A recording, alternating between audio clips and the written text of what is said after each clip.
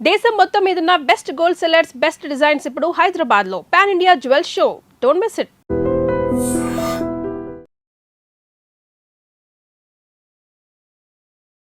Hi, welcome to iDream.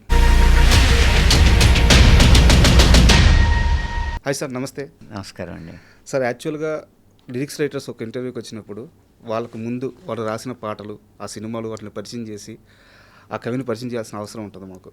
కానీ ఆ లైన్ని చెరిపేసి ఒక స్టార్ లిరిక్ రైటర్ పేరు చెప్పంగానే మీ సినిమా పాటలన్నీ గుర్తొస్తూ మీ ప్రయాణం మొత్తం కళ్ళ ముందు మెదలాడుతూ అలాంటి ఒక స్టార్డమ్ క్రియేట్ చేసుకున్నారు ఈ 21 సంవత్సరాల్లో. అది ముందు నాకు చాలా ఆనందంగా ఉంది.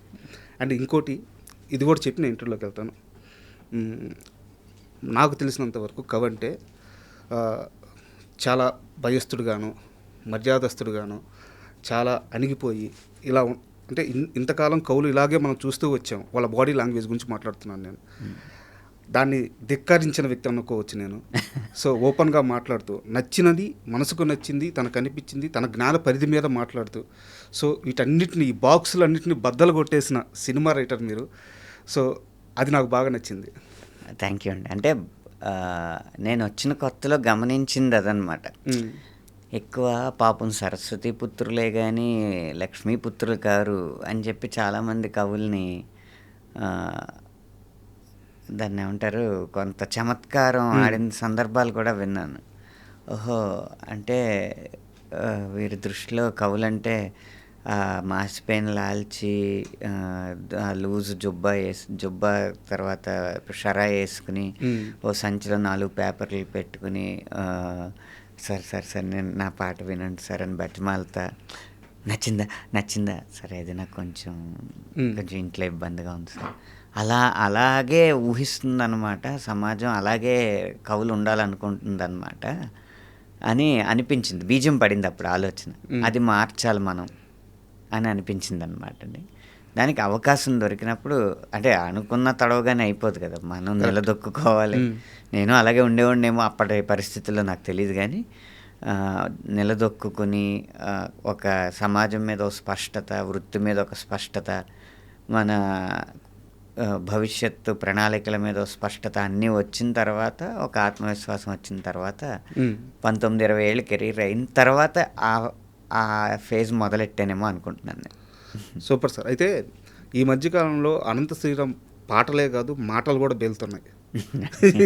ఎలా బేలుతున్నాయి అంటే రీసౌండ్ వస్తున్నాయి. అండ్ ముఖ్యంగా పెద్ద విషయమే తీసుకుందాము.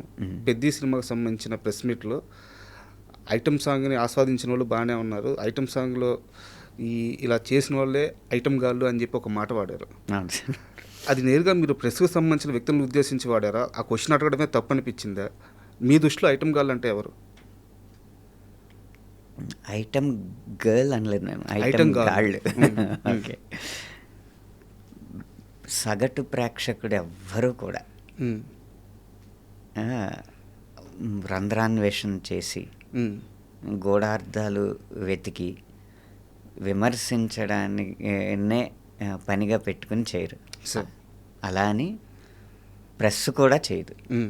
నేను అక్కడ ఉద్దేశించి అన్నది, ఈ సినిమా మీద మొదటి నుంచి కూడా ఎందుకో, అంటే ఒక దర్శకుడు రెండో సినిమాకే పెద్ద హీరోని పొందేడు అన్న అసూయ ఉన్నవాళ్ళు, లేకపోతే ఒక కొత్త ప్రయోగం చేసి రామ్ చరణ్ లాంటి స్టారు తెలుగు సినిమా గ్రామర్నే మార్చారు అన్న అసూయ ఉన్నవాళ్ళు, అది ఎవరైనా అవ్వచ్చు. కానీ లక్ష్యంగా చేసుకుని నెగిటివ్, ప్రతికూల ప్రచారాన్ని మొదలుపెట్టారు. సో ఆ ప్రచారంలో భాగంగానే ఈ ఐటమ్ సాంగ్ని అనడం, లేకపోతే జాన్వీ కపూర్ రోల్ గురించి అనడం, ఇలా రకరకాల పెద్దలో ఉన్న వాళ్ళు మైనస్ అనుకున్న, సగటు ప్రేక్షకుడు కాదు, వాళ్ళు మైనస్ అనుకున్నవన్నీ తీసుకుని వాటిని ఎక్కువ ప్రచారం చేయడానికి మొదటి 3-4 రోజులు ప్రయత్నించారు అన్నమాట. సో వాళ్ళని నేను ఎక్కువ ఐటమ్ గాళ్ళు అన్నది. యాక్చువల్గా నేను ఇదే క్వశ్చన్ని కొనసాగింపుగా అడుగుతాను. జగపతి బాబు గారితో నేను మాట్లాడినప్పుడు వారు కూడా ఇలాంటి ఒక థాట్ ప్రాసెసే చెప్పారు. ఏదో జరుగుతుంది రాజా, ఒక కుట్ర అయితే జరుగుతుంది, ఫస్ట్ 2-3 రోజులు బలంగా జరిగింది అని చెప్పేసి. మీ టీం ఎప్పుడైనా దీని మీద దృష్టి పెట్టారా? పెద్ద టీము ఎందుకు మొదటి 2-3 రోజుల్లో ఒక ఇంత తీవ్రమైన వ్యతిరేకత, విమర్శలు సినిమా హీరోయిన్ క్యారెక్టర్ మీద కానీ, లిరిక్స్ మీద కానీ, పెద్ది మీద కుట్ర జరిగిందని మీ టీం భావిస్తుందా? అంటే జరుగుండకపోతేనండి ఇప్పుడు 400 పైచిలుకు కోట్లు సార్ వసూలు, అది నిజమే కదా మీకు? పోస్టర్ రిలీజ్ చేశారు. కొన్ని అధికారికంగా వచ్చిన వార్తే కదా అది. అవును. 400 పైచిలుకు కోట్లు వసూలు చేయగలిగిన సినిమా అంత నెగిటివిటీ ఎందుకు ఎదుర్కొంటుంది కుట్ర కాకపోతే? సార్ ఇదే చిన్న ప్రామాణికం. మీరు అన్నట్టు కామన్ ఆడియన్స్ డబ్బులు ఇస్తున్నారు కదా. ఎవరు కామన్ ఆడియన్స్ డబ్బులు ఇస్తున్నారు కదా. 400 కోట్లు ఇచ్చింది వాళ్ళే కదా. వాళ్ళే కదా. అంటే కామన్ ఆడియన్స్లో సగటు ప్రేక్షకుల్లో ఉన్న భావజాలం కాదది. సమాజంలోకి బలవంతంగా ఎక్కించాలనుకున్న కొంతమంది స్వార్థపరులు పన్నిన పన్నాగం. అది నెగిటివ్ అనేదానికంటే నిజం 4 అడుగులు వేసేలోపు అబద్ధం 6 ఊళ్ళు చేరుతుంది అన్నట్టు మొదట ఆ నెగిటివిటీకి బలం ఎక్కువ ఉన్నట్టు అనిపించింది. తర్వాత కోలుకుని ప్రేక్షకులే, కుటుంబాలే, ఇంకా చెప్పాలంటే చిన్నపిల్లలే భుజాన మోసి ఈ సినిమాని ఇంత విజయవంతం చేశారు కదా. కాబట్టి ఇది కుట్రే అనే దాంట్లో సందేహం లేదని అనిపిస్తుంది. అయితే మిగతా అందరు టెక్నీషియన్స్ కానీ లేదా యాక్టర్స్ కానీ వాళ్ళందరితో పోల్చుకుంటే అనంత శ్రీరాము ఇది వరకు లేనంత విధంగా పెద్ద సినిమాని ఓన్ చేసుకొని తన భుజాల మీద వీలైనంత వరకు మోసి ఎందుకో పెద్ద సినిమాకి ఒక మంచి ప్రత్యేక స్థానం ఇచ్చారేమో అనిపిస్తుంది. కరెక్ట్ అండి. కరెక్టేనా? ఎందుకంటే రివెంజ్ ఫార్ములా, రక్తపాతాలు, ఊత్సకోతలు, భారీ వాహనాలని గాల్లో ఆకాశంలో లేపేయడాలు లాంటివేవి కాకుండా ఒక పెద్ద హీరోతో ఒక అద్భుతమైన సందేశాన్ని మనసు కట్టిపడేసే విధంగా ఇవ్వడం అనేది ఒక సాహసోపేతమైన ప్రాజెక్ట్ అన్నమాట. కరెక్ట్. అది నిర్మాత దగ్గర నుంచి దర్శకుడు వరకు ఈ సినిమాకి పనిచేసిన వాళ్ళందరినీ అభినందించాల్సిందే ఆ విషయంలో. అందుకు ప్రత్యేకంగా ఈ సినిమా తాలూకు ప్రచారంలో నేను కూడా నా వంతు సమిధన ఒక్కటి ఆహుతి ఇచ్చాను అన్నట్టుగా నా వంతు ప్రయత్నం నేను చేశాను. అయితే ఒక రచయిత పాట రాయడం దానికి ఇప్పుడు ఒక పాట రాద్దామని కూర్చుంటే 100 తలనొప్పులు ఉన్నాయి సార్. మనోభావాలు అంటారు, ఒక పరిధి ఉంటుంది, చాలా సమస్యలు ఉంటాయి. వాటన్నిటికీ తోడు అనంత శ్రీరాము ఇప్పుడు మిగతా నెగిటివిటీని తెచ్చి పైన వేసుకున్నారు, ఒక భావజాలాన్ని తెచ్చి పైన వేసుకున్నారు. 4 స్టేజ్ల మీద 4 మాటలు మాట్లాడుతున్నారు. రేపు ఉదయం మీరు కూర్చొని ఇంకో పాట రాసేటప్పుడు వీటన్నిటిని మోయాలి, వీటన్నిటికీ జస్టిఫికేషన్ ఇవ్వాలి. మీరు ఓపెన్ అయి మాట్లాడారు కాబట్టి రేపటి నుంచి మీ పాట ప్రయాణానికి ఇలా ఓపెన్ అవ్వడం అడ్డంకి కాదా? కాదు. ఎందుకంటే ఏది మాట్లాడానో అది పూర్తి ఎరుకతో మాట్లాడాను. నాకు ఆ భావజాలం ఉంది కాబట్టి ఆ భావజాలాన్ని నా పాటలో అంత ముందు ఎప్పుడు చొప్పించలేదు, ఆ తర్వాత కూడా ఎప్పుడూ చొప్పించిన. అది నేను ప్రయత్నపూర్వకంగా పక్కకు తప్పుకోవాల్సిన అవసరం లేదు. అలాగే ఇప్పటి సమకాలీన సందర్భాల్లో నేను చేసిన వ్యాఖ్యలు కూడా అప్పుడు నేను ఏం మాట్లాడానో అవన్నీ గుర్తుండే చేశాను కాబట్టి దానికి సంబంధించి దాన్ని వంకగా చూపించి అడిగినా అప్పుడు మాట్లాడిన ప్రతి వాక్యానికి ఇప్పుడు మాట్లాడిన ప్రతి వాక్యానికి సుస్పష్టమైన వివరణ ఇవ్వగలిగే సరంజామా అంతా నా మెదడులో ఉంది కాబట్టి ఇవేవి నాకు ఇబ్బంది కావు. తర్వాత కూడా ఐటమ్ సాంగ్స్ వస్తే ఐటమ్ సాంగ్స్ రాస్తాను, ఇంట్రడక్షన్ సాంగ్లు వస్తే ఇంట్రడక్షన్ సాంగ్లు రాస్తాను. ఎంత వినోదం కావాలో అంత వినోదం అందిస్తాను. సెక్యులరిజం సాంగ్స్ వస్తే రాస్తారా? సెక్యులరిజం, ఈశ్వరు, అల్లా, యేసు ఒకటే కదరా బాసు అని అనంత శ్రీరామ్ చెప్పాల్సి వస్తే చెప్తారా? ఆ పాత్ర అదే చెప్పాలంటే అదే చెప్తాను. సినిమా పరంగా చెప్తారు కానీ అనంత శ్రీరామ్గా చెప్పను. బట్ మీరు ఒక స్టేజ్ మీద హిందూ పరిషత్ స్టేజ్ మీద మాట్లాడిన తర్వాత నుంచి మాత్రం అది మాట్లాడిన తర్వాత రోజు నుంచి మీ మీద పనిగట్టుకొని నెగిటివిటీ క్రియేట్ చేసే పర్సన్స్ ఎక్కువయ్యారు అని ఒక వాదన సోషల్ మీడియాలో వినిపిస్తుంది. ఇది మీకు అర్థమవుతుందా? కాన్షియస్గా తెలుస్తుందా? ఇంకో 100 రెట్లు ఎక్కువ అవనివ్వండి, ఏం పర్లేదు. మీకు అర్థమవుతుంది ఇది? అంటే సిద్ధపడే కదండి మాట్లాడింది. అంటే ఒకటి మనం మాట్లాడే మాట యొక్క ప్రస్తుతాన్ని, గతాన్ని, భవిష్యత్తుని ఊహించకుండా మనం మాట వదలడం అంటే మనకు పరిపక్వత లేనట్టు. ప్రతి మాట యొక్క 3 కాలాల ఫలితాలని ఊహించే బయటికి మాట్లాడతాను. సార్ ఇవన్నీ ఊహించే మాట్లాడాను. అయితే అదే స్టేజ్ మీద మీరు మాట్లాడేటప్పుడు కల్కి అని చెప్పి ఒక సినిమాని నేరుగా ప్రస్తావించారు. అయితే నేను ఓపెన్గా అడుగుతున్నాను, తెలుగు సినిమా పరిశ్రమలో పౌరాణికాల్లో విలన్ రోల్స్కి ఒక గ్లామర్ తీసుకొచ్చిన నటుడు సీనియర్ ఎన్టీఆర్ మాత్రమే. రావణ బ్రహ్మ క్యారెక్టర్ కానీ, లేదా కర్ణుడి క్యారెక్టర్ కానీ, దుర్యోధనుడి క్యారెక్టర్ కానీ, వీటన్నిటికి కూడా ఒక గ్లామర్ అద్ది వాటిని జస్టిఫై చేసిన వ్యక్తి ఆయన సినిమా పరంగా. మీరెందుకు అదే స్టేజ్ మీద ఎన్టీఆర్ పేరు కానీ, ఎన్టీఆర్ గారి సినిమా పేర్లు కానీ ప్రస్తావించలేకపోయారు? అప్పటి ఎన్టీఆరే కాదు, నేను సినిమా పేరు ప్రస్తావించాను కానీ ప్రభాస్ అన్న పేరు కానీ ఆ సినిమాకి సంబంధించిన ఎవరి పేరు ప్రస్తావించలేదు. ఎందుకంటే నా వ్యతిరేకత వ్యక్తిత్వం మీద కాదు కదా, ఆలోచన విధానం మీద. అప్పటి ఆ సినిమా దర్శకులు, ఇప్పటి ఈ సినిమా నిర్మాతలు కర్ణుడి పాత్ర గురించి చేసిన ఒక్క దానవేరు సోరకర్నే కాదు, కొన్ని సినిమాలు కూడా ఉన్నాయి.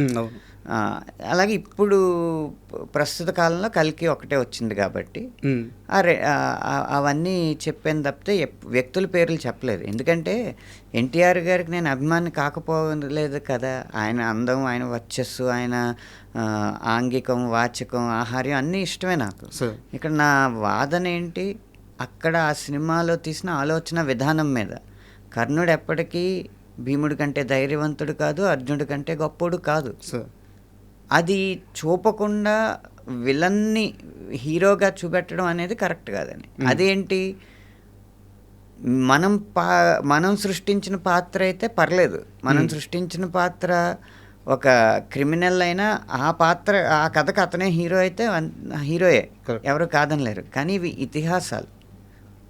ఇతిహాసాలని ఒకరు మన ప్రాచీన చరిత్రని ఇతిహాస రూపంలో రాసినప్పుడు వీలైతే అదే తీయాలి. కానీ ఈ సినిమాకు బాగుంటుందని చెప్పి ఒక పాత్ర యొక్క తీరుతెన్నుల్ని మార్చేయకూడదు. సార్ అంటే ఈ ప్రశ్న ఎందుకు అడిగానంటే, కొంతమంది ఇలా ఇంటర్వ్యూ జరుగుతున్నప్పుడు మిమ్మల్ని ప్రశ్నలు అడగమని చెప్పి సోషల్ మీడియాలో క్వశ్చన్ చేశాను. వాళ్ళు అడిగింది ఏంటంటే, కల్కి సినిమా ప్రస్తావన తీసుకొచ్చిన అనంత శ్రీరాము దానవీర సూరకర్ణ ప్రస్తావన ఎందుకు ఎత్తలేదు అదే స్టేజ్ మీద అని చెప్పి అడిగారు అనమాట. అప్పటి ఆ సినిమా అన్నాను కదా, పోనీ దానవీర సూరకర్ణ అన్న పేరు ఇప్పుడు నేను ఉచ్చరించడానికి ఏమీ భయపడలేదు కదా. దానవీర సూరకర్ణలో కూడా మూల భారతాన్ని వక్రీకరించేసిన సన్నివేశాలు ఉన్నాయి, అందులో ఏమాత్రం సందేహం లేదు సార్. అండ్ మీ రచన శైలి గురించి వస్తే, అంటే ఒక్కొక్క అభిమానికి కవి ఒక్కో రకంగా అర్థమవుతారు. ఇప్పుడు నాకు అనంత శ్రీరాము అంటే నేను ముద్ర వేయట్లేదు, మీ సాహిత్యంలో నాకు భావకవిత్వం ఎక్కువగా కనిపిస్తుంటుంది. ఒక దేవులపల్లి కృష్ణశాస్త్రి గారు రాసిన కృష్ణపక్షం కానీ, దాంట్లో ఉండే ఆ ఎక్స్ప్రెషన్స్, అలాంటి ఒక ఎక్స్ప్రెషన్స్ అంటే కొత్త బంగారు లోకంలో బొగ్గని పెదవి తాకిన చోట అని చెప్పేసి ఒక ఎక్స్ప్రెషన్ ఉంటుంది. అలాగే యానిమల్ మూవీలో సముద్రాల కన్నా సొగస్సెంత లోతే ఎలా ఈదుతున్నా ముంచేస్తుంది అని చెప్పేసి ఇలాంటి ఒక ఎక్స్ప్రెషన్లు పడినప్పుడు యాక్చువల్గా దేవులపల్లి కృష్ణశాస్త్రి గారి రచన, అద్భుతమైన రచనని చాలామంది గుర్తుపెట్టుకోలేకపోయారు. అద్భుతమైన పాటలు రాశారు ఆయన. నాకెందుకో ఈ తరంలో అలాంటి ఒక అద్భుతమైన భావకవిత్వం చెప్పగల సినిమా కవి మీరు అనిపిస్తారు. నా అభిప్రాయాన్ని కరెక్ట్ అంటారా? అంటే ఆయన ప్రభావం మీ పైన ఏమైనా ఉందా? సందర్భాన్ని బట్టి భావకవిత్వం అవుద్దా, అది లేకపోతే అభ్యుదయ కవిత్వం అవుద్దా అనేది సినిమా కవికి ముద్ర పడడానికి కష్టం అండి.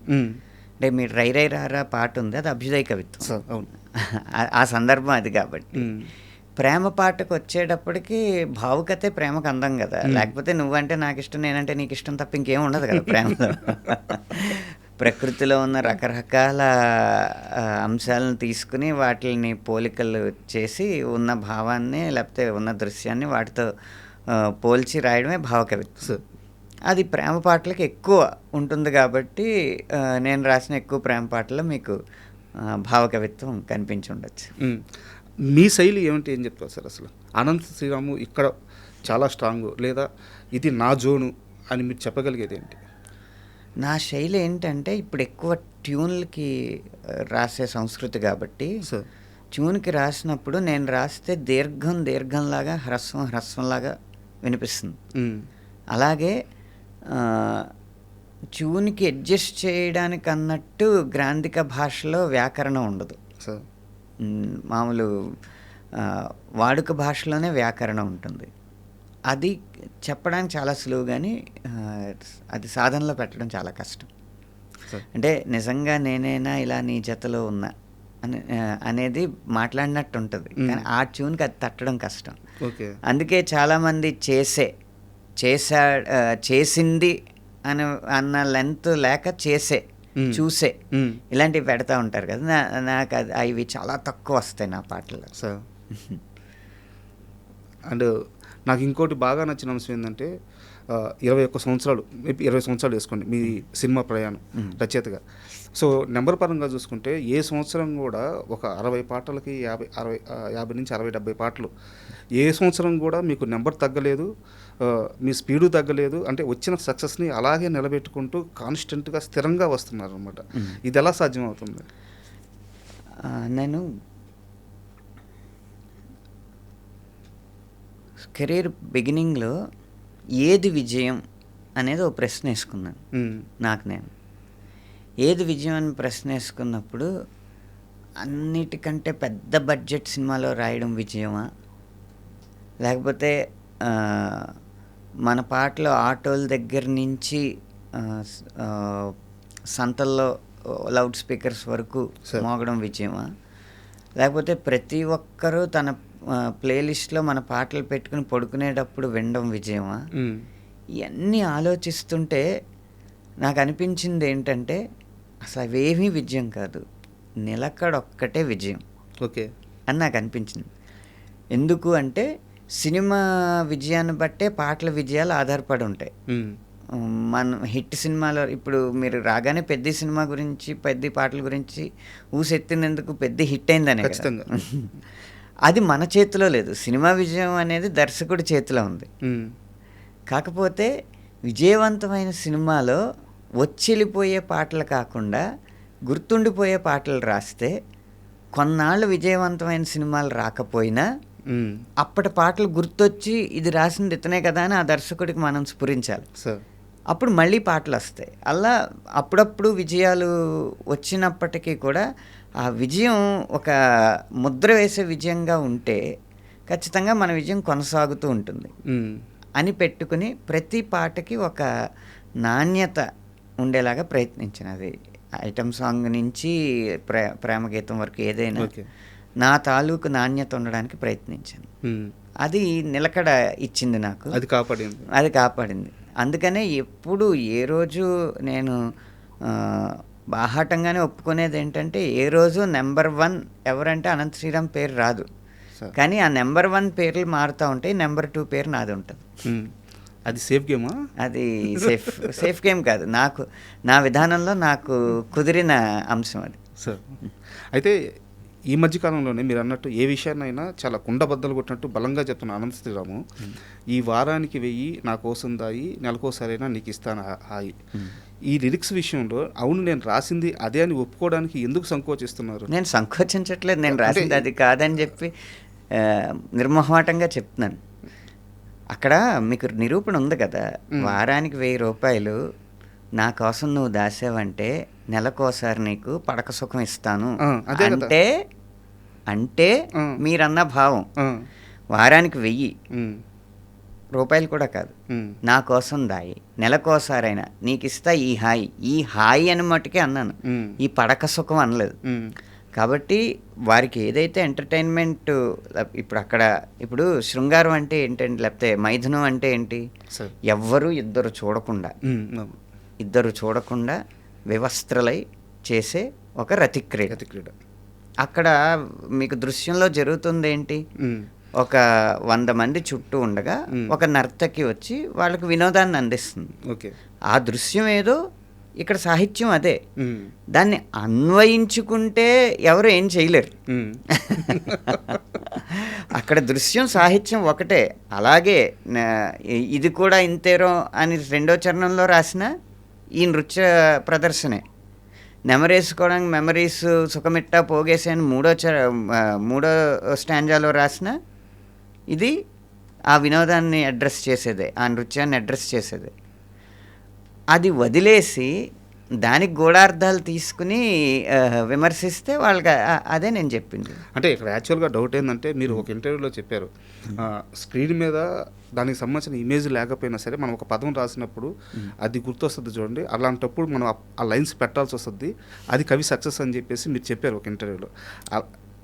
స్క్రీన్ మీద ఇమేజ్ లేకపోయినా కూడా మనం రాసిన లిరిక్ వల్ల అది గుర్తుకు రావాలి ఇండైరెక్ట్గా, అది కవి సక్సెస్ అని చెప్పి మీరే చెప్పారు. నాకు ఉదాహరణకి అందుకే కదా వారానికి 1000 రూపాయలని కానీ 1000 లీటర్లని కానీ 1000 వరహాలని కానీ యూనిట్ ఇచ్చినప్పుడు స్పెసిఫిక్గా అది చెప్పినట్టు. అలాగే హాయికి ముందు 1000 పక్కన అంటే సఫిక్స్, హాయికి ముందు అంటే ప్రిఫిక్స్ ఇచ్చినప్పుడే దాన్ని డిఫైన్ చేసినట్టు కదా.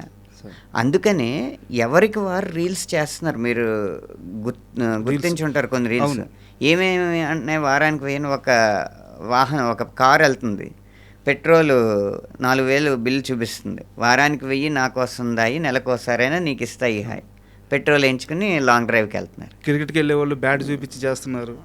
తర్వాత ఒక కరెంటు బిల్ చూపిస్తున్నారు, ఇలాగ ఇంచుమించు 3900 ఏదో 4000 చిల్లర వచ్చేది, వారానికి 1000 నాకు వస్తుందాయి, నెలకోసారైనా నీకు ఇస్తాయి హాయ్ అని చెప్పి ఏసీ వైపు చూపెడుతున్నారు. ఎండాకాలం రిలీజ్ అయింది కదా సినిమా, ఏసీ బిల్ అనమాట. అది సర్వజనీనంగా ఉన్నప్పుడు వాక్యం దేనికైనా అన్వయించుకోవడానికి ఉంటుంది. అలా ఎవరికి తోచింది వారు అన్వయిస్తూ మైథున భావం ఉన్న వాళ్ళు దీనికి కూడా అన్వయించారు, అంతే తేడా. కానీ అక్కడ రాసింది మాత్రం ఆ దృశ్యానికి ఆ సాహిత్యం. అయితే ఇదే సినిమాలో అద్భుతమైన సాహిత్యం మిగతా పాటలకు రాస్తున్నారు. బండరాళ్ళే కండరాళ్ళు అయిపోవా అని చెప్పేసి, కొండరాళ్ళే నీపై కండరాళ్ళు అయిపోవా అని చెప్పేసి, అండ్ రైరే రారాలో కూడా నీ బాబు వడ్డీ నీ బిడ్డ కడితే నువ్వేం పీకేవని చెప్పేసి, నీ అయ్య వడ్డీ నీ బిడ్డ కడితే నువ్వేం సో ఇలాంటి అంటే జనాలకు ఉపయోగపడే మాటలు రాస్తున్నారు. సార్ ఒక కవిగా మీరు చెప్పండి, ఒక సినిమాలో అద్భుతమైన సాహిత్యం రాశారు, సరదా కోసం రాసిన సాహిత్యం ఉంది. ఈ అద్భుతమైన సాహిత్యాన్ని వదిలేసి ఇలాంటి ఒక సాహిత్యం మీద డిస్కషన్ ఇంత పెద్ద స్థాయిలో నడుస్తున్నప్పుడు ఒక కవిగా మనసులో మీకు ఎలాంటి భావన కలుగుతుంటుంది? అనవసరంగా డిస్కషన్ చేసి 5 మిలియన్లు ఎక్కువ పెంచుతున్నారు అనిపిస్తుంది. అంతే కదండి. ఒక చర్చ జరిగినప్పుడు ఏంటుందని చూసే ఉత్సుకత వస్తుంది. అది ఎలాగో విజయవంతమైన పాటే, దానికి ఇంకో 5 మిలియన్లు ఎక్కువ చేరుస్తున్నారు అంతే. ఇప్పుడు 60 మిలియన్లు ఉంది మనం ఈ ఇంటర్వ్యూ చేసే సమయానికి పాట, అందరూ 55 మిలియన్లు దానికి ఉన్న పొటెన్షియాలిటీతో వచ్చినట్టు, దానికి ఉన్న వినోదం ఇవ్వగలిగే లక్షణంతో దానికి వచ్చినట్టు, మిగతా 5 మిలియన్లు వివాదంతో వచ్చినట్టు. అండ్ ఈ ప్రశ్న నేను అడగబోయే ప్రశ్న 2-3 ఇంటర్వ్యూలో మిమ్మల్ని అడిగారు, అయినా సరే మా ఆడియన్స్ కోసం అడగాల్సి వస్తుంది ఈ ప్రశ్న. బుచ్చిబాబు గారు తన పైన వచ్చిన విమర్శలు, సినిమా పైన ఉన్న విమర్శలు, వాటిని తట్టుకొని సినిమా నిలబడడం కోసం క్షమాపణ చెప్పారు. సో మీరు మాత్రం అందరి ముందు పబ్లిక్ ఆయన క్షమాపణ చెప్పడం కూడా నాకు నచ్చలేదని ఒక స్టేట్మెంట్ ఇచ్చారు. దీన్ని ఎంతవరకు సమర్థిస్తారు? పూర్తి 100% సమర్థిస్తాను. ఎంతవరకు ఏముంది సార్ అంటే అది ఒక రకమైన మానసిక రోగం అండి. ఒకళ్ళ క్షమార్పణ చెప్తే ఆనందించడం, ఒకళ్ళ చేత క్షమార్పణ చెప్పించుకోవడం లేదు కాదు కదా. ఎందుకు చెప్పాలి క్షమార్పణ అనేది నా ప్రశ్న అనమాట. ఇప్పుడు ఒక పాత్ర, ఒక సన్నివేశం ఒక దర్శకుడు సృష్టించాడు, నచ్చితే చూస్తాం, నచ్చపోతే చూడం. దానికి డైరెక్టర్ని క్షమార్పణ చెప్పేదాకా నెగిటివిటీని స్ప్రెడ్ చేసి ఏ పైశాచిక ఆనందం పొందుతారు నాకు అర్థం కాదు. మీకు ఎందుకు క్షమార్పణ చెప్పాలి దర్శకుడు? మీరే ఒక క్షమార్పణ చెప్పించకపోయినా తప్పైతే మీరే కదా శిక్షిస్తారు. చూడరు కదా సినిమా, రెండోసారి చూడరు కదా, మీ ఇంట్లో వాళ్ళకి చూడొద్దని చెప్తారు కదా. దానికి దర్శకుడు క్షమార్పణ ఎందుకు చెప్పాలి? ఆ పైశాచిక ఆనందం ఏంటి? మీరు దాన్ని ఖండించారు? దాన్నే ఖండిస్తున్నాను. అలాగే ఈ మీడియాలో, అంటే మెయిన్ స్ట్రీమ్ మీడియా కాదు కానీ సోషల్ మీడియాలో ప్రబలుతున్న ఇదేంటంటే, మనం ఒక వ్యక్తి ఎదురుగా లేనప్పుడు, మనల్ని అతను ఏమీ అనే కండిషన్స్ లేనప్పుడు మా సోషల్ మీడియా ఒక వేదిక వచ్చింది కదా, మనం ఎలాగో అంత గొప్ప సినిమా తీయలేము, మనం ఆ స్థాయికి వెళ్ళాలంటే అప్పుడే అయ్యే పని కాదు. కానీ అంత గొప్ప సినిమా తీసినోడిని గనక తిట్టేస్తే మనం అతను ఒకే స్థాయిగా ఇక్కడ ఇప్పుడు బుచ్చిబాబుని పలానా పిచ్చిబాబు తిట్టాడు అనుకుందాం. ఈ బుచ్చిబాబు ఏమో ఎన్నో కష్టపడి కథ రాసుకుని ఒక గొప్ప హీరోని ఒప్పించి ఒక గొప్పగా తయారు చేసి 5 సంవత్సరాల కష్టం, దాన్ని ఒక పెద్ద సినిమా తీసే క్రమంలో వచ్చే ఒడిదుడుకులు అన్నీ తట్టుకుని ఆ శుక్రవారం సినిమాని, ఆ బుధవారం సినిమాని విడుదల చేస్తాడు బుచ్చిబాబు ఒక పక్క. ఇతను 5 సంవత్సరాల కష్టాన్ని చూడకుండానే లేదో చూసో 2-3 గంటలు చూసో ఒక నెగిటివ్ కామెంట్ వదిలేస్తాడు. కానీ వేదిక మీద బుచ్చిబాబుని తిట్టిన పిచ్చిబాబు అని ఉంటుంది సోషల్ మీడియా వేదిక మీద. బుచ్చిబాబు పిచ్చిబాబు పక్కనే ఉంటారు. ఈ పిచ్చిబాబులకి ఆ అర్హత ఇవ్వడం నాకు ఇష్టం లేదు సార్. సార్ నేను ఈ ప్రశ్న సీరియస్గానే అడుగుతున్నాను. రావాల్సిన సినిమాలు వచ్చినాయి, పెద్ద హీరోలకు రాశారు, పెద్ద సినిమాలకు రాశారు, సంపాదన వచ్చింది, ఇకపైన వచ్చినన్ని పాటలే వస్తాయి, నాకు కొత్తగా పోయేదేముంది అని అనంత శ్రీరామ్కి కడుపు నిండిపోయి అన్ని విషయాల మీద, అన్ని అంశాల మీద ఓపెన్ అయి మాట్లాడుతున్నాడు అని కామెంట్స్ చేస్తున్నాడు. దీనికి సమాధానం చెప్పండి. ఒకటి, నా కడుపు పరిశ్రమలోకి రాకముందే నిండిపోయిందండి. మాది వ్యవసాయ కుటుంబం. ఆకలేస్తే పండించుకోగలిగే అంత స్తోమత అయితే ఉంది. 2, నేను నింపాల్సిన కడుపులు ఉన్నాయి కదా నా కుటుంబం, నా పిల్లలు. కాబట్టి ఎప్పటికప్పుడు సర్వైవల్కి అవసరమే. అంటే ఆ ఆరోపణ చేసేవారి ఉద్దేశం ఏంటంటే, ఇప్పుడు గనక నువ్వు ఇలా మాట్లాడితే నీ అవకాశాలని మేము రాకుండా చేస్తాం అని అన్యాపదేశంగా బెదిరించడం అన్నమాట. ఏం పర్లేదు, ఈ బెదిరింపులు టీనేజ్ నుంచి నాకు అలవాటే.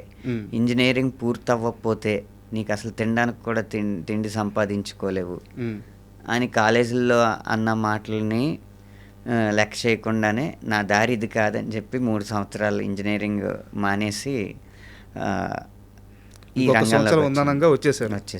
ఈ రంగంలోకి వచ్చిన తర్వాత నీకు అందరికీ చాలా ఎక్కువ మందికి ఉన్నట్టు ఈ సిగరెట్టు, టీ, మందు, ఈ అలవాట్లు ఏమీ లేకపోతే వాళ్ళతో జెల్ అవ్వలేవు.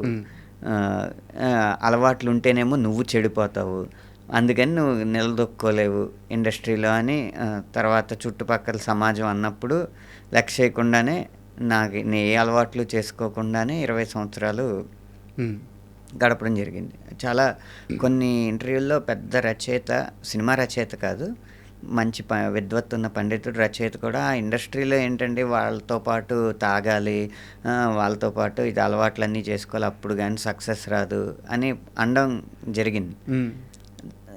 అది నిజం కాదు అని ప్రూవ్ చేయడానికి ఒకళ్ళైనా ఉండాలి కదా. అది ఆదర్శంగా తీసుకుని, అది ప్రేరణగా తీసుకుని నేను ఏ అలవాట్లు చేసుకోలేదు. సార్ నాకు ఇందాక యాక్చువల్గా మీరు ఇంటర్వ్యూకి వచ్చినప్పుడు టీ, కాఫీ అని మీకు ఆఫర్ చేస్తే అసలు అలవాటు లేదని చెప్పారు. నాకు నిజంగా అంటే నేను నాకున్న పరిధి మేర ఒక 12 సంవత్సరాలు మీడియాలో రైటర్గా చేస్తున్నాను. ఇన్ని అద్భుతమైన వేల సినిమా పాటలు రాసిన అనంత శ్రీరామ్ గారికి కనీసం టీ, కాఫీ అలవాటు కూడా లేదన్నా నాకు నిజంగా ఆశ్చర్యంగా ఉంది. అంటే ఏదైతే మనల్ని దాని వశం చేసుకుంటుందో దానికి దూరంగా ఉండాలి. అలా ఇప్పుడు నన్ను వశం చేసుకుంటున్న రీల్స్ ఉన్నాయి కదా, వాటికి కూడా దూరంగా ఉండడానికి నా ప్రయత్నం రోజు చేస్తాను. ఎప్పుడుకో దాన్ని అంటే ఈ సమకాలీన ప్రపంచంతో అప్డేట్ అయి ఉండడానికి దాన్ని ఆశ్రయించడం జరుగుతుంది. అసలు ఏం జరుగుతుంది ప్రపంచంలో అనడానికి ఆ రీల్స్, అది ఎంత శాతం చూడాలి, ఎంత సమయం కేటాయించాలనే దాన్ని ప్రణాళిక వేసుకుని ఈ సమయం నుంచి ఈ సమయం దాకా వాటిని చూసినా కూడా పూర్తి సమాచారం మనకు వస్తుంది అని ఒక అంచనా వస్తుంది. వచ్చాక వదిలేస్తాను. అలా మీకు అది తీసుకోకపోతే ఏంటో కింద ఉందని అనిపిస్తుంది కదా. అది కాఫీ అయినా టీ అయినా కూడా మానసికంగా మంచి అలవాటు కాదు. మేబీ శరీరానికి అంత నష్టం కాకపోవచ్చు, మనల్ని అదుపు చేసేది ఏది కూడా మన మంచి అలవాటు కాదు, వ్యసనం కింద లెక్క. అందుకని అందరూ టీలు, కాఫీలు తాగుతుంటే మా ఇంట్లో కూడా పెద్దోళ్ళు మధ్యాహ్నం 3 తలపోటు వచ్చేస్తుంది, టీ పెట్టు తాగుడు అంటూ ఉంటారు. ఎందుకు తలపోటు వస్తుందని ప్రశ్నించుకున్నాను అనమాట నేను. అది అడిక్ట్ చేసేసింది. అలా దేన్ని దగ్గరికి రాని వాళ్ళ. సార్ అయితే ఇంత నిబద్ధతగా ఉండడానికి ఏదో ఒక ఇన్స్పిరేషన్ కానీ ఉండాలి కదా సార్. ఏది మిమ్మల్ని ఇంత నిబద్ధతగా ఉంచగలుగుతుంది? కుండ బద్దలు కొట్టినట్టు మాట్లాడగలగాలన్నా, నిఖార్సుగా ఉండాలన్నా మనల్ని ఏది అదుపు చేయకూడదు. అది అదుపు చేస్తే అది అందించే వారికి ఎంతో కొంత మనం బానిసత్వానికి లోనవుతాం. కాబట్టి ఆ లౌక్యం ఎలాగో నాకు రాలేదు కాబట్టి కనీసం నిబద్ధత అయినా నేర్చుకుందామని. ఓకే. అంటే నేను పాట రాసే విధానం గురించి ఒక చిన్న డౌట్ ఉంది సార్. ఇప్పుడు ఒక్కో కవికి ఒక్కో ఇన్స్పిరేషన్ ఉంటుంది, ఒక్కో సాహిత్య జ్ఞానం ఉంటుంది. అంటే కొంతమంది బాగా చదివి బాగా రాస్తారు, కొంతమంది అసలు ఏమీ చదవకుండా అక్షరాలు కూడా రాకుండా కవిత్వం రాసేవారు, మన అందశ్రీ గారు ఉదాహరణకి. కొంతమంది సమాజంలో జరిగే ఇన్సిడెంట్స్ని చూసి చాలా చిన్న విషయాన్ని కూడా కవి చాలా ఎక్కువగా ఇన్స్పైర్ అవుతాడు, ఎక్కువగా తీసుకుంటాడు, ఎక్కువ మదన పడతాడు. సో ఒక కవి ఎలా ఉంటే మంచి పాట పుట్టద్ది మీ దృష్టిలో? కవి తన మెదడుకి అన్ని వైపులా ఉన్న తలుపుల్ని తెరిచి ఉంచాలండి ముందు. సార్, పుస్తకాలు చదవకపోయినా కవిత్వం వస్తుంది, అలాగే చదవకూడదని కూడా పెట్టుకోక్కర్లే. ఎక్కడికి జనాల్లోకి తిరగకపోయినా వాడి లోపల తిరిగే అంతర్మదనం ఏదో వాడు కవిత్వంగా రాయగలడు. అలాంటి జనాల్లో తిరగకూడదని ఏం పెట్టుకోకూడదు. ముందు అన్ని తలుపులు తెరిచి అన్నిటినీ ఆహ్వానించి ఏది తను బయటికి పంపాలనుకుంటున్నాడో దాన్ని బయటికి పంపాలన్నమాట. సంగీతంలాగే కవిత్వం కూడా ఒక కోర్సు పుట్టి తర్వాత ఇది పుట్టలేదు. ఈ కళ పుట్టిన తర్వాత దానికి నిబంధనలు పుట్టినాయి. అంటే సంగీతం పుట్టిన తర్వాత సరిగమలు పుట్టినాయి, సరిగమలు పుట్టాక సంగీతం పుట్టలే కదా. అలాగే ఈ అలంకారాలు, ఈ ప్రాసలు, అలంకారాలు, ఛందస్సులు, వ్యాకరణాలు, లేకపోతే ఆ నియమాలు, ట్యూన్లు, ఇవన్నీ కూడా ముందు పాట పుట్టిన తర్వాత ఇలా ఉంటే పాట బాగుంది కాబట్టి ఈ నియమాన్ని కంటిన్యూ చేద్దాం అని చెప్పి వచ్చింది. జానపదానికి ఏం వ్యాకరణం ఉంది అంతే కదా. కాకపోతే చెవికి వినడానికి ఇంపుగా ఉంటే బాగుంటుంది అన్నమాట, అంతే. ఎంకి ఒంటి పిల్ల లేదోయి ఎంకి నా వంకి ఇంకా రాదోయి అంటే దాంట్లో ఏ ఉత్పలమాల ఉందని లేదు కదా. సో అలా నియమాలు అనేవి సౌలభ్యం కోసం తయారు చేసినాయి. అవి నేర్చుకుంటే ఉపయోగం ఉంది, కాదనరు. కానీ ఈ మూలం ఏదైతే ఉందో, ముడిసరికి ఏదైతే ఉందో, అది మనలో సహజంగా వచ్చేలా చూసుకోవాలన్నమాట. దాని తర్వాత ఆ నియమాలు నేర్చుకుంటే ఇంకా నగిషీలు దిద్దినట్టు ఉంటుంది. సో మీ వరకు అయితే అన్ని విధాలు రెడీగా ఉంటారు అయితే. ఓపెన్ మైండ్తో ఉండాలి. ముందు విషయాన్ని తీసుకోవాలి. లైక్ ఎలా అయితే ఎదుటివారి మాటల్లో మంచి మాటలు వింటాం, బూతులు వింటాం. అసలు వినద్దు అనుకుంటే మంచి రాదు, చెడు రాదు కదా. ఆ విన్నదాన్ని బయటికి ఏది పెట్టకూడదు, వీటిని వడబోసు లోపల మనం ఏది బయటికి పంపుతాం అనుకుంటున్నాం వాటిని పంపాలి. నాకు ఒక చిన్న ఎగ్జాంపుల్ చెప్పండి. అంటే ఇప్పుడు మీకు పాట పూర్తవ్వాలి, మేబీ పలకట్లేదు, రావట్లేదు, బట్ ఇప్పుడు ఈ సమాజంలో మీరు ట్రావెల్ అవుతూ ఉంటారో అది మాత్రం మైండ్లో తిరుగుతూనే ఉంటుంది. ఏదో ఒక ఇన్సిడెంట్స్ చూసి ఆ పాట పూర్తయిన సందర్భం ఉంటుంది కదా, అది 2 రోజుల పాటు ట్రావెల్ అయిన తర్వాత అయినా, 3 రోజుల పాటు ట్రావెల్ అయిన తర్వాత అయినా, సమాజం నుంచి ఈ పాట పుట్టింది, ఈ లిరిక్స్ పుట్టినాయి అని చెప్పి ఒక చిన్న ఉదాహరణ ఇన్సిడెంట్ ఏదైనా మీ పాట? ఒక్కొక్కసారి ఆ ఇన్సిడెంట్ చూసి పుట్టకపోవచ్చు, గతం తాలూకు వాసన చాలా ఇన్సిడెంట్లు చూస్తూ ఉంటాం కదా, ఆ చూసిన ఇన్సిడెంట్స్లు గుర్తొచ్చి పుట్టచ్చు. ఉదాహరణకి చలిగా అల్లింది పాట ఉంది, రెండో చరణం ఇంకా ఏం రాయాలని ఆలోచిస్తున్నాం. అప్పుడు మేమేమి పాట రాస్తున్నాము, ఏ కాన్సెప్ట్ రాస్తున్నాము అదేమీ తెలీదు. నేను డిఎస్పి గారు దేవశ్రీ ప్రసాద్ గారు ఇద్దరం కూర్చొని తయారు చేస్తున్నాం. పాట చేస్తున్నప్పుడు పక్క నుంచి వాళ్ళ తమ్ముడు సాగర్ గారు వచ్చారు. మన పాట గురించి కానీ దాని గురించి కానీ ఏం తెలియదు. అతనికి వచ్చిన ఒక కొటేషను, మెసేజ్లో వచ్చిన ఒక కొటేషన్ చూపెట్టాడు.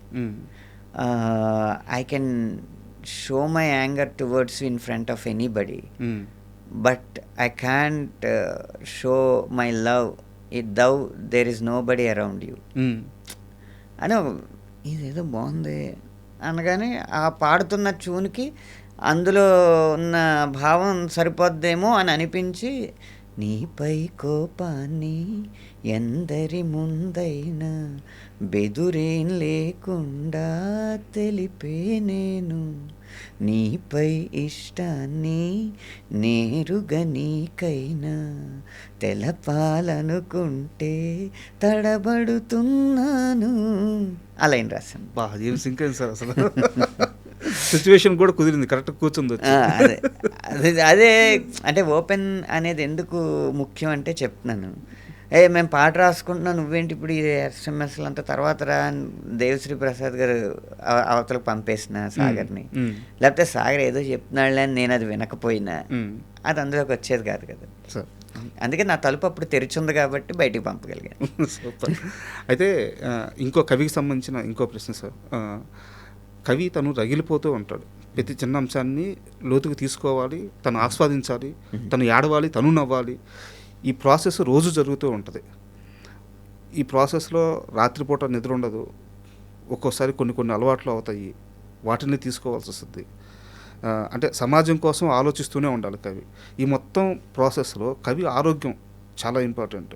సో మీ ఆరోగ్యం కోసం మీరు పెట్టుకున్న నియమ నిబంధనలు ఏంటి?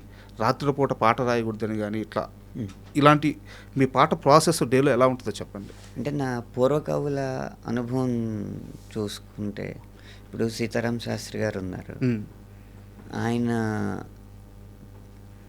సాయంత్రం 7 నుంచి తెల్లారుజాను 6 వరకు పనిచేసి చాలా రోజులు అలా, ఒక్కోసారి పగలు నిద్ర పట్టక అలా, అంటే మనకి ఒక సాహితీ గంధాన్ని అందించడానికి తన శరీరాన్ని కుళ్ళబెట్టుకున్నారనిపిస్తూ ఉండేదన్నమాట. లేకపోతే మనకి సాహితీ కాంతుల్ని పంచడానికి తన శరీరాన్ని కాల్చుకున్నారనిపిస్తూ ఉంటుంది. ఇప్పుడు ఆయన 63 ఏదో వయసు, ఆ వయసులో ఆయన 65 లోపు వయసులోనే ఆయన ఇక్కడి నుంచి వెళ్ళిపోవడం జరిగింది. అది చాలా రచయిత అనేవాడికి చాలా యవ్వనం లాంటిది అనమాట. 65 అన్న వయసు రచయితకి. అంటే ఆ శక్తి ఉంటుంది, ఆ మెదడుకి ఆలోచించగలిగే శక్తి ఉంటుంది, అనుభవం ఉంటుంది, భవిష్యత్తుని దర్శించగలిగే పరిపక్వత ఉంటుంది. కరెక్ట్. అది కాక రాస్తూ రాస్తూ వచ్చిన దైవ కటాక్షం వల్ల తన మాట మంత్రం అవ్వగలిగే ఒక స్థాయి వచ్చేస్తుంది. అలాంటి సమయంలో ఆయన వైదొలగడం వల్ల మన సాహిత్యానికి చాలా నష్టం జరిగింది. అందులో అంటే అసలు పాటలేం రాయకుండా ఉన్న పాటలు కూడా ఏం ప్రభావితం చేయకుండా ఉన్న సమయంలో వెళ్ళిపోవడం వేరు. ఆయన వచ్చేటప్పటికి ఆయన వెళ్ళిపోయే సమయానికే సామాజ వర్గం లాంటి చాట్ బస్టర్స్ రాస్తున్న సమయం అది. అలాగే ఆయన ఆఖరి పాట కూడా నెలరాజుని ఇలరాణిని కలిపింది కదా సిరివెన్నెల, అలాంటిది అద్భుతమైన, మీరు అన్నారు ఇందాక భావకవిత్వం, అలాంటి కవిత్వం రాస్తున్న సమయంలోనే ఆయన వైదొలగడం జరిగింది. కాబట్టి నాకు అనిపించింది ఏంటంటే ఆరోగ్యాన్ని మన వంతు, అది మనకు ఆయుష్ భగవంతుడు ఎంత ప్రసాదించాడు అనేది మనకు తెలియదు, కానీ మన ఆరోగ్యాన్ని మన చేతులారా మనం చేసుకోకూడదు అనేది ఒక ప్రేరణ, పూర్వకవుల నుంచి నేను పొందిన ప్రేరణ. దానికి ఏంటంటే సరైన నిద్ర ఉండాలి, 6 గంటలు కనీసం ఉండాలి. అది కూడా మనకి ప్రకృతి ఎప్పుడు నిద్రపోమందో అప్పుడు నిద్రపోవాలి, దానికి వ్యతిరేకంగా కాదు అని అనిపించి నా సమయాలని అలాగే చేసుకున్నాను. నాది పొద్దున్న 6-7 నుంచి సాయంత్రం 5-6 వరకు నా రచన కొనసాగుతుంటుంది. ఆ తర్వాత డిస్కషన్స్ కానీ, స్టోరీ సిట్టింగ్స్ కానీ, లేకపోతే నేను పాడింది వినిపించడం కానీ అలా చేస్తాం. మళ్ళీ 10-10:30 కల్లా మళ్ళీ పడుకుండిపోయే ఇదనమాట.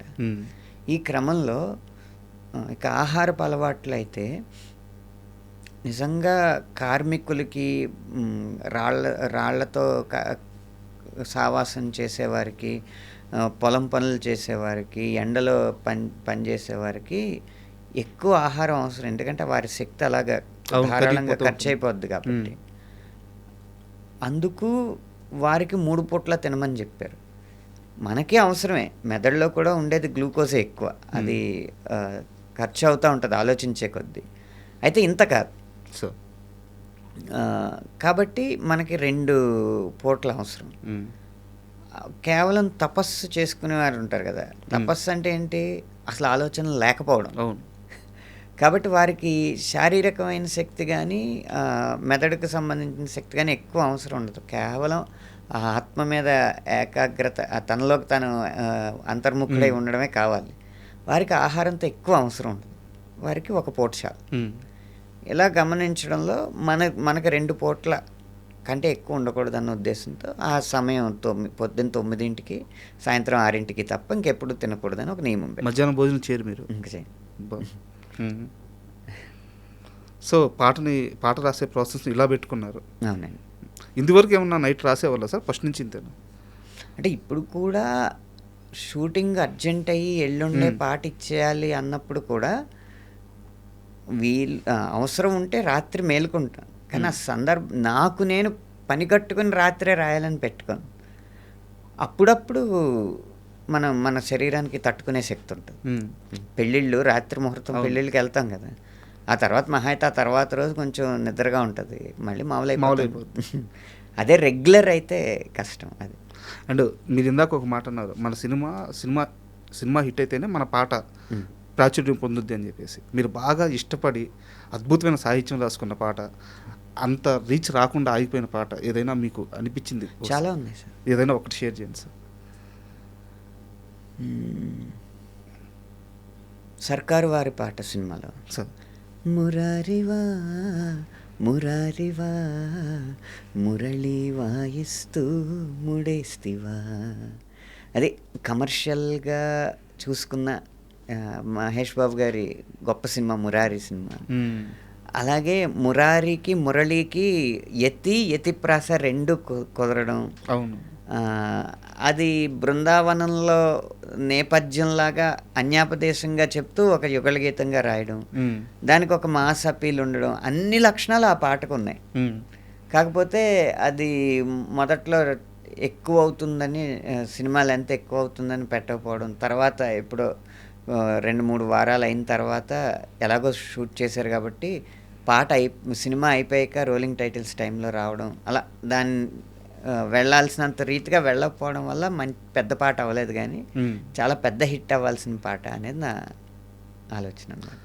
అండ్ మీ సినీ ప్రయాణం నేను గమనిస్తే రాజమౌళి గారు కానీ, ఇప్పుడు లేకపోతే గౌతమ్ మీనన్ గారు కానీ, సందీప్ రెడ్డి వంగ గారు కానీ, ఇప్పుడు ఇలాంటి ఒక డైరెక్టర్లందరికీ ఒక స్పెషల్ ఆరా ఉంటుంది, వాళ్ళ నాలెడ్జ్ వల్ల వచ్చిన ఆరా ఇదంతా. అలాంటి గ్రేట్ పీపుల్ అంతా ఖచ్చితంగా మీతో అసోసియేట్ అవుతున్నారు, లేదా మీరు వారితో అసోసియేట్ అవ్వగలుగుతున్నారు. ఆ పాత్ మాత్రం కుదురుతుంది అలాంటి గొప్ప గొప్ప డైరెక్టర్లు అందరితో. మీకు ఎలా పాసిబుల్ అవుతుంది ఇది? చెప్పాను కదండి, ప్రాసెస్ని ఎంజాయ్ చేయాలి మనం. నాకు రాజమౌళి గారి అవకాశం ఎప్పుడొచ్చింది? అనుకోకుండా ఒకరోజు అనుకోకుండా ఒకరోజు డైరెక్టర్ ఏలేటి చంద్రశేఖర్ గారు ఒక్కడున్నాడు అన్న సినిమా తీశారు. ఆ సినిమాకి కీరవాణి గారి సంగీతం. ఆ సినిమాకి కావాల్సింది కష్టపడి రాశాను, ఆయనకి నచ్చేటట్టు రాశాను. అంతేగాని రాజమౌళి గారిని పరిచయం చేయండి అని ఆయన నేనే అడగలేదు. నా పనితీరు నచ్చి కీరవాణి గారు రాజమౌళి గారికి పరిచయం చేశారు. అప్పుడు ఆయన సినిమాకి కావాల్సినట్టు కష్టపడి రాశాను. అలా జరిగిన పరిచయమే తప్ప రికమెండేషన్ ఎవరి ద్వారానో వెళ్ళి కలిసి ఇలా జరిగిన పరిచయాలు కాదు ఇవేవి. మనం పాట రాసే ప్రక్రియను కనుక ఆస్వాదిస్తూ ఉంటే రావాల్సిన అవకాశాలని అదే రప్పిస్తుంది, పాటే తీసుకెళ్తుంది. ఇప్పుడు సందీప్ రెడ్డి వంగ గారి విషయంలో కూడా అంతేనా? అంటే ఆయన ముందు సినిమాలు నచ్చే పిలిచారు నన్ను. అర్జున్ రెడ్డికి ఆయన ఒక వెంచర్, అంటే వాళ్ళ సొంత ఆస్తులు అమ్ముకుని డబ్బులు తెచ్చుకుని సినిమా తీశారు. దాన్ని ఏమంటారు, అంత సున్నితమైన పరిస్థితిలో ఉన్న దర్శకుడితో కూడా ఆ సినిమాకి ఎంత కష్టపడాలో అంత కష్టపడ్డాను. అది ఆయనకు నచ్చింది. అప్పుడు 2 పాటలే రాశాను ఆ సినిమాకి. యానిమల్ అవకాశం వచ్చినప్పుడు అన్నీ ఇచ్చారు. సో ఒక అర్జున్ రెడ్డి అన్న చిన్న సినిమా విడుదల అయిన తర్వాత పెద్ద సినిమా. అవును. అర్జున్ రెడ్డి అన్న చిన్న సినిమాకి చూపించిన చిత్తశుద్ధి యానిమల్ అన్న పెద్ద సినిమా ఇచ్చింది. ఈ చిన్న సినిమా పెద్ద సినిమా తారతమ్యం రెమ్యునరేషన్స్లో కనిపిస్తూ ఉంటుంది, సాహిత్యంలో ఉండకూడదు కదా, కనిపించదు. అంటే ఎలా డివైడ్ చేసుకుంటే నా డౌట్ అంటే ఏంటంటే సాహిత్యం అనేది గ్రాఫిక్స్ మీద ఆధారపడదు, లేకపోతే ఎంతమంది జూనియర్ ఆర్టిస్టులను తెచ్చాం, ఏం ఎక్విప్మెంట్ తెచ్చాం అన్న దాని మీద ఆధారపడదు. సాహిత్యం అనేది కేవలం మెదడుకి కళానికి కాగితానికి మధ్య ప్రవహించే ఒక శక్తి మాత్రమే, ఒక శక్తిదారు అనుకోవచ్చు. దానికి డబ్బుతో పని లేదు. కానీ ఆ సినిమా సన్నివేశం, దాని బలం, దర్శకుడి అభిరుచి, దర్శకుడి నిర్ణయాధికారం వీటి మీద ఆధారపడుతుంది. చిన్న సినిమాకైనా పెద్ద సినిమాకైనా దర్శకుడు మంచి సాహిత్యాన్ని ఎన్నుకుంటే, మంచి అంటే ఆ సన్నివేశాన్ని రక్తి కట్టించగలిగే సాహిత్యాన్ని ఎన్నుకుంటే మంచి పాట వస్తుంది. ఎలాగో సందీప్ రెడ్డి వంగ ప్రస్తావన వచ్చింది కాబట్టి స్పిరిట్కి ఆల్రెడీ మీరు వర్క్ చేస్తున్నారు. సో ఎలా వస్తుంది సినిమా, ఎలా వస్తుంది పాటలు, ఎలా వస్తున్నాయి? నాకు మీరేం లీక్ చేయొద్దు కానీ లీక్ చేయండి. అంటే ఆడియో గురించి చెప్తున్నాను. 80% స్పిరిట్ ఆడియో. స్పిరిట్ సినిమాలో ఉన్న తీవ్రత ఉంటుంది కదా, ఒక రకమైన ఉత్కంఠ, తీవ్రత, దాన్ని సాంత్వనపరిచేలాగా ఉంటుంది. ఓకే, అది ఒక్క 20% మాత్రమే కావలసినప్పుడు ఆ తీక్షణత ఉండే పాటలు ఉన్నాయి.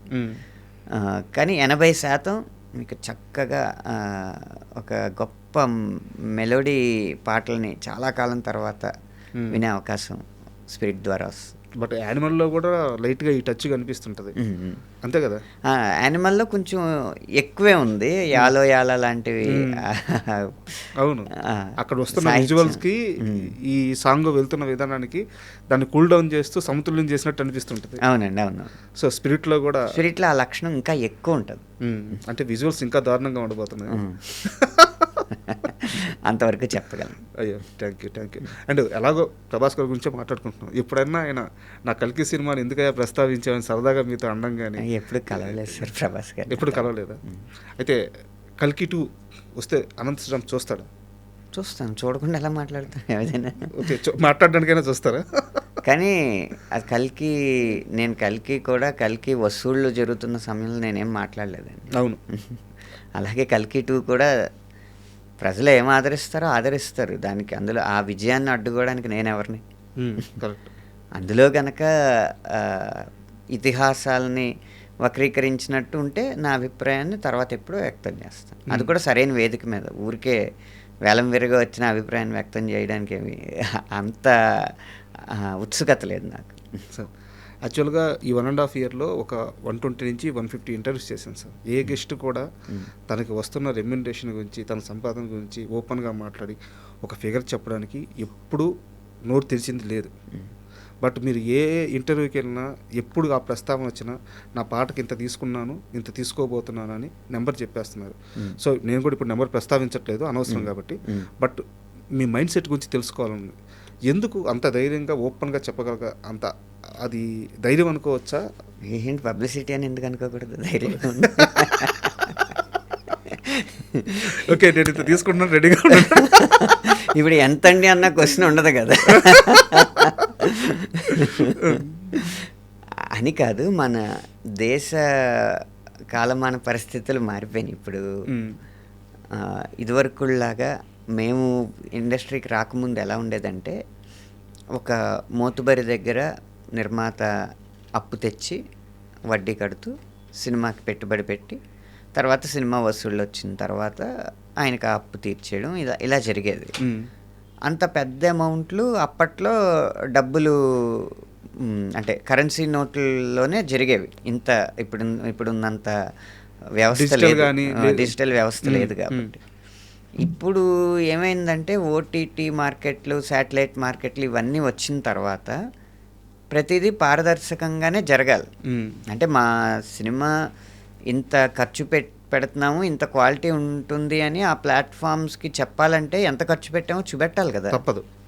అది డబ్బులు ద్వారా ఇస్తే నిరూపణ ఉండదు కదా, రుజువులు ఏమి ఉండవు కదా. అందుకని అన్నీ వైటే జరుగుతున్నాయి అన్నమాట. దానివల్ల ఇప్పుడు మనం చెప్పకపోయినా అగ్రిమెంట్స్ లేకపోతే ఆ అకౌంట్స్ చూస్తే ఇతనికి ఇంత వెళ్ళిందని తెలుస్తుంది. ఏ ఆడిటర్ అయినా చెప్పగలడు. అందుకని ఓపెన్ చెప్పేస్తాను. చెప్తే నష్టమే ఉంది. ఎలాగో టీడీఎస్ కట్ అవుద్ది, ఎలాగో జిఎస్టీలు వెళ్తూ ఉంటాయి. మా ఆడిటర్లకి అక్కడ ప్రొడక్షన్ మేనేజర్లకి సంభాషణలు జరుగుతూ ఉంటాయి. ఇంకా మీరు టీడీఎస్ వేయలేదు, ఇంకా జిఎస్టీ వేయలేదని, ఇవన్నీ జరుగుతూ ఉంటాయి కదా. అయితే ఒక చిన్న ప్రశ్న సార్, ఆర్థికపరమైన ప్రశ్నే. ఒకరోజు చెన్నైకి వెళ్ళారు, ఇది మీరు ఇంటర్వ్యూలో చెప్పిందే. ఒకరోజు చెన్నైకి వెళ్ళారు, పాట రాయడానికి హోటల్లో ఉన్నారు. సో నిర్మాతల నుంచి పేమెంట్ సరిగ్గా జరగకపోవడం వల్ల ఒక 2 రోజులు అక్కడే ఉండిపోవాల్సి వచ్చింది హోటల్లో. తర్వాత ఏదో బస్ ఎక్కి బతుకు జీవుడా అని చెప్పి హైదరాబాద్కి వచ్చారు.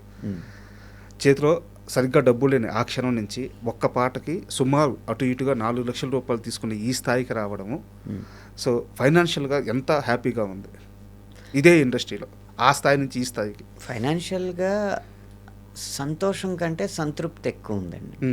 అంటే ఈనాటి సమాజం ఆశించే అంత విలాసాల్లో నేను కనపడకపోవచ్చు, కానీ ఏదైతే దైనందిన జీవితపు అవసరాలు ఉన్నాయో, పిల్లల ఫీజులు, పిల్లల భవిష్యత్తు ప్రణాళిక, అలాగే చిన్నపాటి టూర్లు, యాత్రలు చేయడానికి, అలా కాకుండా జీవితంలో అప్పుడప్పుడు వచ్చే అనుకోని ఖర్చులు ఉంటాయి కదా.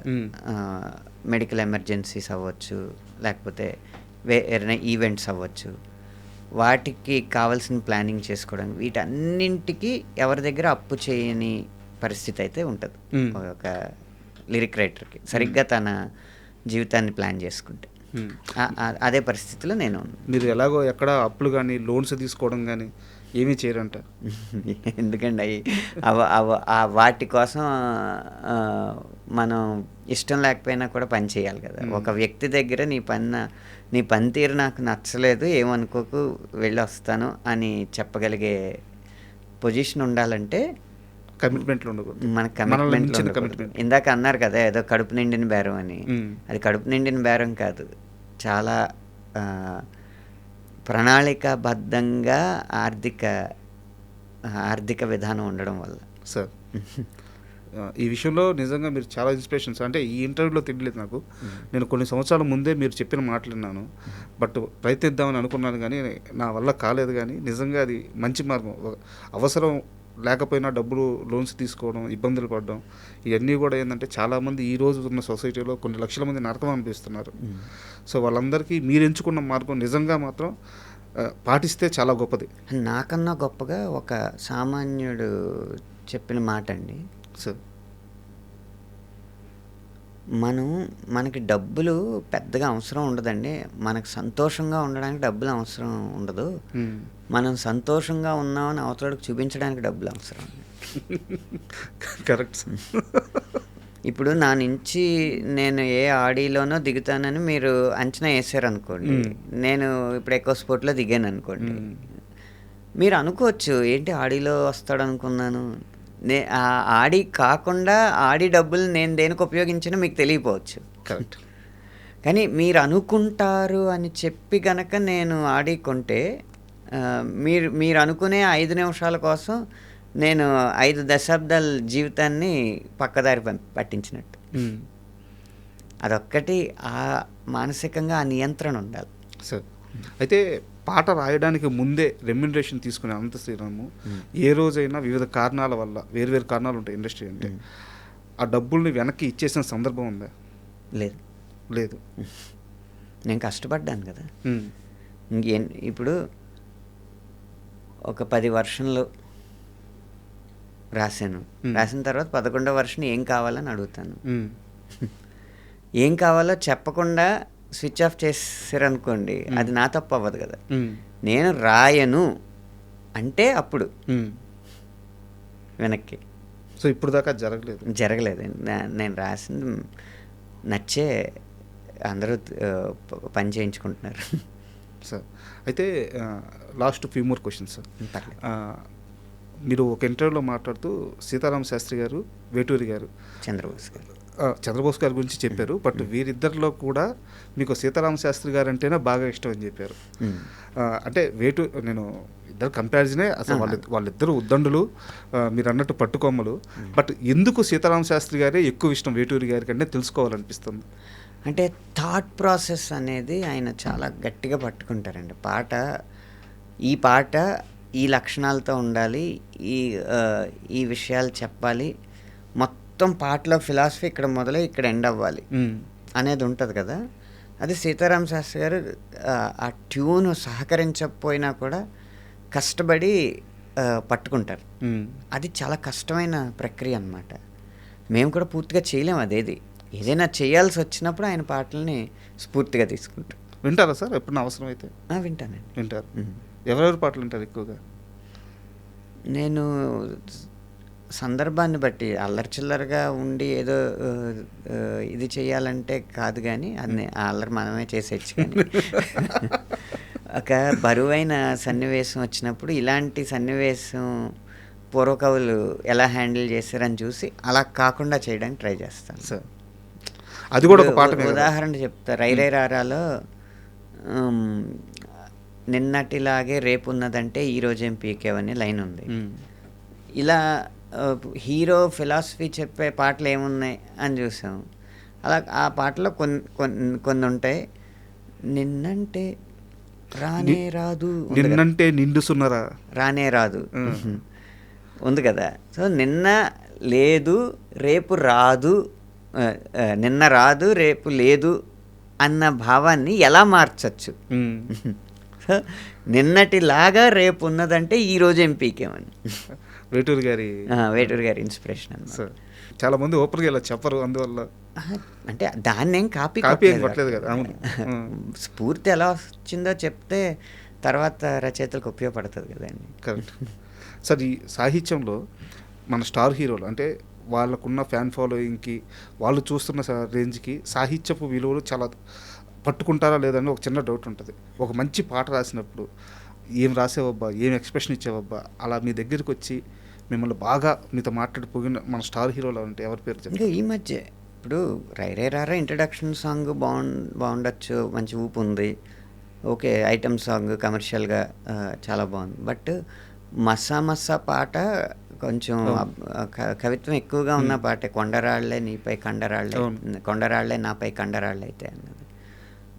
ఆ పాట విని ఎక్కువ స్పందించి చరణ్ గారు వచ్చి గట్టిగా హత్తుకున్నారు నన్ను. ప్రతిదీ మాటలో ప్రశంసించే అవసరం లేదు కదా, ఆ ఒక గెస్చర్ సరిపోద్ది కదా. అవును. సో మిగతా హీరోల్లో ఏదన్నా సందర్భం ఉంది సార్? ఒకసారి ఎన్టీఆర్ గారు, జూనియర్ ఎన్టీఆర్ గారు చిన్నదో వైపు పెద్దదో వైపు పాట అలా ప్లే చేయడానికి సెట్కి వచ్చింది, ప్లే చేశారు. అప్పుడు అనంత్ గారు ఎక్కడ ఫోన్ చేయి మాట్లాడతాను అని చెప్పి వంశీపైడిపల్లి గారి చేత ఫోన్ చేయించి, నేను అస్సలు ఎక్స్పెక్ట్ చేయలేదు మాస్ ఇంత బాగా రాయగలవని. సార్ ఇప్పటి వరకు సినిమాకు సంబంధించిన, సినిమా పాటకు సంబంధించిన, మీ శైలికి సంబంధించిన ప్రశ్నలన్నీ అయిపోయినాయి. లాస్ట్ క్వశ్చన్, ఇది పూర్తిగా రాజకీయానికి సంబంధించిందే అండ్ మీ భావజాలానికి సంబంధించిందే. ఇప్పుడు మీరు బీజేపీ నాకు ఇష్టమని చాలా వేదికల మీద చెప్పారు. ఇది బీజేపీ మీద ఇష్టమా, మోడీ మీద ఇష్టమా, సనాతన ధర్మం మీద ఇష్టమా? ఎందుకు ఈ విషయంలో ఇంత బలంగా ఉన్నారు? ఇప్పటికీ కూడా నాకు బీజేపీ అనే కాదు, ఏ పార్టీలో ప్రాథమిక సభ్యత్వం లేదు, ఉండబోదు అని అనుకుంటున్నాను నేను. కారణం ఏంటంటే స్వేచ్ఛగా నా అభిప్రాయాన్ని వ్యక్తం చేయడానికి. సార్ బీజేపీ ఎందుకు ఇష్టం అంటే, మనకి 1947లో స్వతంత్రం వచ్చిన బౌద్ధికంగా ఇంకా ఈ మెదడులో నుంచి ఆంగ్లేయ భావజాలానికి బానిసత్వం మనం వహించాలి అన్న ఆలోచన విధానం పోలేదు. కారణం ఏంటంటే వెంటనే వచ్చిన పాలకులు అదే భావజాలాన్ని కొనసాగించారు. ఖద్దరు ఒకటే మారింది, బుద్ధులు మారలే. దాన్ని కూడా మార్చే ప్రయత్నం చేసిన భావజాలం ఉన్న సంస్థ ఆర్ఎస్ఎస్. ఆ ఆర్ఎస్ఎస్ భావజాలానికి అనుగుణంగా విధి విధానాలు ఉన్న పార్టీ బీజేపీ పార్టీ. అందుకు ఇష్టం. వ్యక్తిగతంగా మోడీ గారంటే ఆ బీజేపీ కూడా కొన్ని విషయాల్లో అప్డేట్ అవ్వక కొన్ని ఓటములు చవి చూసిన సందర్భాలు ఉన్నాయి. మ్మ్. ఆ అప్డేట్ అవ్వని విషయాల్లో కరెక్షన్ చేసుకుంటూ సవరించుకుంటూ కాలానికి తగ్గట్టు ఈ భావజాలాన్ని ప్రజల్లో తీసుకెళ్ళగలిగిన ఒక సమర్థుడైన నాయకుడు మోదీ అన్నమాట. సో అందుకు అంటే అటు ఆధునికతను ఒక చేత్తో ఆహ్వానిస్తూ ఇటు మన ప్రాచీన వైభవాన్ని ఒక చేత్తో మోసుకుంటూ రెండింటినీ సమతౌల్యపరుస్తున్న నాయకుడు కాబట్టి మోదీ గారు ఎక్కువ. బీజేపీలో వాజ్పేయి గారు నాకు అందరికంటే ఎక్కువ ఇష్టం, మ్మ్. కానీ మోదీ గారు కూడా అదే స్థాయి ఇష్టం అన్నమాట. సార్ యాక్చువల్గా ఇంటర్వ్యూ అయిపోయింది. యాక్చువల్ మీరు ఏ స్టేజ్ మీద అయినా సరే మీరు పాట ఎంత నిక్కచ్చిగా రాస్తున్నారో మాట కూడా అంతే నిక్కచ్చిగా మాట్లాడుతున్నారు. అది మీకు నచ్చింది, మీరు కరెక్ట్ అనిపించింది. సో దయచేసి ఈ వ్యక్తిత్వాన్ని ఇలాగే ఉంచుకోండి. సినిమా ఇండస్ట్రీలో ఒక మనిషిని అదే మనిషిలాగా బతికించడం చాలా కష్టం, అది మీకు స్వయంగా తెలుసుంటుంది. సో నేను మీ భావజాలంతో ఏకీభవిస్తున్నానో లేకపోతే ఇవన్నీ పక్కన పెడితే ఒక రైటర్గా అంటే నేను నా స్వార్థమే ఇది. ఒక రైటరు ఇలా ఉండడం అనేది, ఇలా ప్రవర్తించడం అనేది నిజంగా చాలా ఆనందంగా ఉంది. ఆ ధైర్యాన్ని వదులుకోవద్దు. అయ్యో, ఇందులో పెద్ద నష్టం జరిగేది ఏముందండి. మీకు చాలా ఇది బాహాటమైన రహస్యం. ఉదాహరణకి పిఆర్లో భాగంగా మన ఇంట్లో ఉన్న వ్యక్తిగతమైన వేడుకలకి మనకు తెలిసిన పెద్దల్ని పిలుస్తూ ఉంటాం. ఎందుకంటే ఒక సంబంధ బాంధవ్యాలు పెంచుకోవడానికి పిఆర్లో ఒక భాగం కదా అది. అందుకే పెళ్ళిళ్ళు అనేటప్పటికీ రిసెప్షన్ అయినా పెట్టి ఇక్కడ మన సినీ పెద్దల్ని పిలిచి వారి ఆశీర్వచనాలు తీసుకోవడం, మా పెళ్ళికి వీళ్ళు వచ్చారని ఇంట్లో ఫోటోలు పెట్టుకోవడం, లేకపోతే మన ఆఫీసుల్లో పెట్టుకోవడం. ఈ మధ్య ఫుటేజ్ మీడియాకి కూడా ఇస్తున్నారు. ఫుటేజ్ మీడియాకి కూడా ఇవన్నీ జరుగుతూ ఉంటాయి. ఎందుకు అది కూడా మన కెరీర్కి ఉపయోగపడాలని, అంతే కదా. అవును. కానీ నా పెళ్ళికి ఎవరిని పిలవలేదు, కానీ ఇప్పటి వరకు ఏమి నా కెరీర్ ఆగలేదు. ఇక్కడ రహస్యం ఏంటంటే మనం వ్యక్తిగతంగా ఎలా ఉంటున్నాం, వ్యక్తిగతంగా ఎలాంటి సంబంధ బాంధవ్యాలని మెయింటైన్ చేస్తున్నాం అన్న దాన్ని బట్టి మన కెరీర్ ఉండదండి. మనం పాటలు లేకపోతే మీరు రాసే కథలో మాటలో ఇవి ప్రజారంజకంగా జనరంజకంగా ఉండి విజయాలను తెచ్చిపెడుతుంటే మీ పని మీ దగ్గర ఉంటుంది, లేకపోతే ఉండదు. ఆ ఉండని రోజు గౌరవంగా తప్పుకోవడమే, అంతే. కాబట్టి దీనికి ఎవరో ఏదో అనుకుంటారు అని చెప్పి మనలో అభిప్రాయాలు దాచుకుంటే అది సగం ఆరోగ్యం దెబ్బతీస్తుంది. కాబట్టి వీలైనంత వరకు ఇదే వ్యక్తిత్వాన్ని కొనసాగించడానికే ప్రయత్నిస్తాను మీరు అన్నట్టు. అండ్ సార్ ఇప్పుడు చిరంజీవి బాబీ గారి సినిమా కూడా మీరు పాటలు రాస్తున్నారు. సో ఆ సినిమా ఎలా ఉండబోతుంది, బాబీ గారి నుంచి మీకు వస్తున్న ఇన్పుట్స్ ఏంది? అంటే చాలా ఎక్స్పెక్టేషన్స్ ఉన్నాయి మూవీ మీద. ఇప్పుడు వరకు ఏం చెప్పగలనంటే గోదావరి జిల్లాల నేపథ్యంలో చాలా కథ నడుస్తుంది. కానీ తీసే విధానం మాత్రం అంటే జెన్జీ లెన్స్లో ఆ గోదావరి జీవితాన్ని చూస్తాం అన్నమాట.